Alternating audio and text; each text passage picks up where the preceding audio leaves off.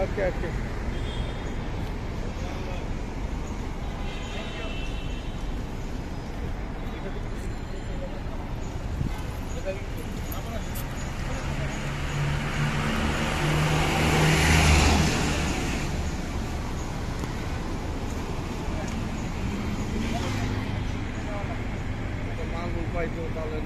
উপস্থিত প্রিয় সাংবাদিকবৃন্দ, আসসালামু আলাইকুম এবং মধ্য দুপুর আজকে রমজানুল মুবারক। আমরা এখানে আপনাদেরকে একটু আমাদের যে র্যাব 1-এর পক্ষ থেকে গৃহীত নিরাপত্তা ব্যবস্থা সম্পর্কে ব্রিফ করার জন্য উপস্থিত হয়েছি। রমজানের শুরুতেই আমাদের সম্মানিত ডিজি মহোদয় রমজান এবং ঈদের মধ্যে দেশের নিরাপত্তা ব্যবস্থাতে র্যাব কীভাবে কাজ করবে তার একটা সুনির্দিষ্ট দিক নির্দেশনা দিয়েছিলেন।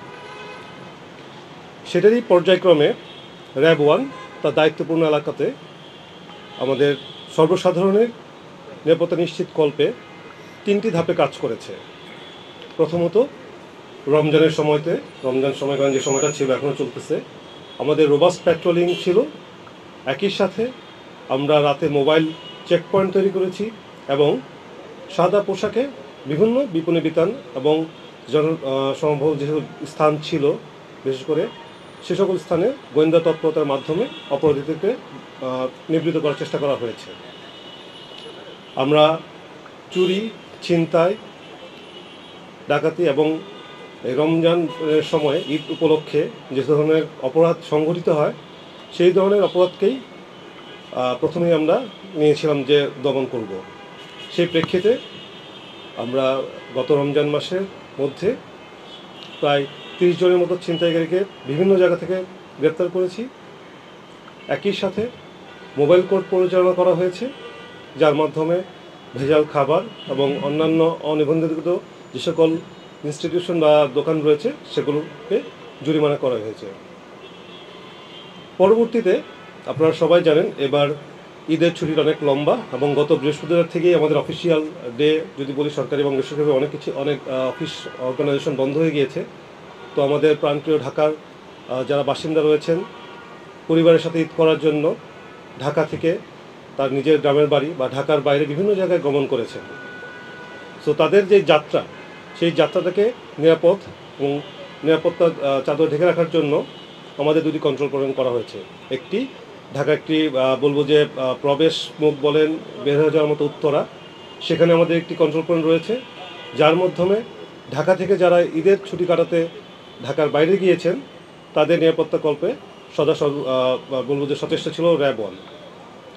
একই সাথে আমরা এখানে গুলশানে করেছি একটা কন্ট্রোল পয়েন্ট, যে সামরিকভাবে আমাদের আওতাধীন যে সকল এরিয়া রয়েছে তাকে 2 ভাগে ভাগ করে যেন আমরা খুব দ্রুত যে কোনো একটা ইভেন্টে রেসপন্স করতে পারি।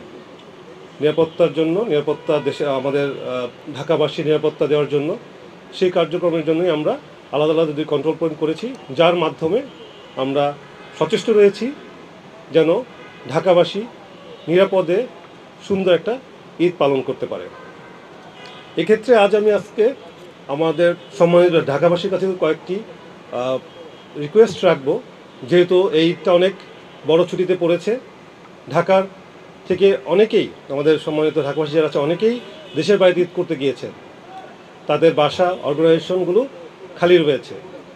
তো এর নিরাপত্তা বিধানের জন্য শুধুমাত্র র্যাব 1 না, অন্যান্য সিকিউরিটি অর্গানাইজেশন, পুলিশ সহ সেনাবাহিনী এবং অন্যান্য অনেক অর্গানাইজেশন কাজ করছে। বাট আপনাদের একটু দায়িত্ব রয়েছে যে আপনারা যে বাসাটা বা যে অর্গানাইজেশনটা আপনারা বন্ধ করে তালাবদ্ধ করে রেখে গিয়েছেন, তার নিরাপত্তাটা ঠিক আছে কিনা, আপনার যে নিরাপত্তা কর্মী রয়েছে কিংবা এলাকাতে যে সকল আমাদের নিরাপত্তা টহলের লোক রয়েছে, তারা ঠিক মতো খোঁজ রাখছে কিনা। প্রথমত এই জিনিসটা আমি বলবো যারা ঢাকা থেকে দেশের বাড়িতে বা যে কোনো জায়গায় গিয়েছেন ঈদ করতে। দ্বিতীয়ত যারা আমাদের সম্বন্ধে ঢাকা বাসিন্দা আছেন ঢাকাতে ঈদ করার জন্য, সো আপনাদের কিছু বলবো যে আমাদের রিকোয়েস্ট থাকবে, যে কোনো ধরনের ঘটনা ইভেন্ট যদি ঘটে, নিরাপত্তার বিঘ্ন ঘটে, অতি দ্রুত আমাদেরকে জানাবেন। এলাকা ভিত্তিক আমাদের কন্ট্রোল পয়েন্টের নাম্বার রয়েছে, শুধুমাত্র র্যাব 1 না, আমি বলবো পুলিশের 999 রয়েছে, সেনাবাহিনীর গ্রাউন্ডে রয়েছে। আপনারা যদি দ্রুত আমাদেরকে ইনফর্ম করেন, তাহলে আমরা যে কোনো ধরনের অপরাধ সংঘটিত হওয়ার আগেই প্রতিরোধ করতে সক্ষম হব। একই সাথে প্রতিবেশী হিসাবে আপনার পাশে যারা চলে গিয়েছেন, যাদের বাসা বলবো যে বন্ধ রয়েছে বা তালাবদ্ধ রয়েছে, তাদের বাসাতেও যদি কোনো ধরনের আপনার সন্দেহজনক অ্যাক্টিভিটি হয়, আপনারা অবশ্যই আমাদেরকে জানাবেন। আমরা চাই এই ঈদ যা আসছে আগামী এই 2 দিন পরে আশা করছি, এই ঈদে আমরা ঢাকার সবাই সহ সারা দেশের সবাই একটা নিরাপদ সুন্দরভাবে আনন্দ সহকারে ঈদ পালন করব। সরকার অনেক ধরনের বলবো যে পদক্ষেপ নিয়েছে আমাদের জনসাধারণের বলবো যে নিরাপত্তা নিশ্চিত করতে, ঈদটাকে সুন্দর করতে বিভিন্ন ধরনের আয়োজন এবং বিভিন্ন ধরনের বলবো যে নিরাপত্তা চাদরে ঢেকে রাখা হয়েছে ঢাকার সহ সারা দেশকে। সহযোগিতা দরকার আপনাদের কাছ থেকেও, কারণ আমাদের যে সকল জনবল রয়েছে, সকল বাহিনী সকল জায়গায় সব সময় উপস্থিত থাকা সম্ভব না। আপনারা যদি সহযোগিতা করেন, আমাদের নিশ্চিত বিশ্বাস আমরা সবাই মিলে একটি নিরাপদ সুন্দর ঈদ উদযাপন করতে পারব। আমি আগাম ঈদের শুভেচ্ছা জানিয়ে আমি সবার সহযোগিতা কামনা করে এখানেই শেষ করছি। ধন্যবাদ সবাইকে। প্লিজ।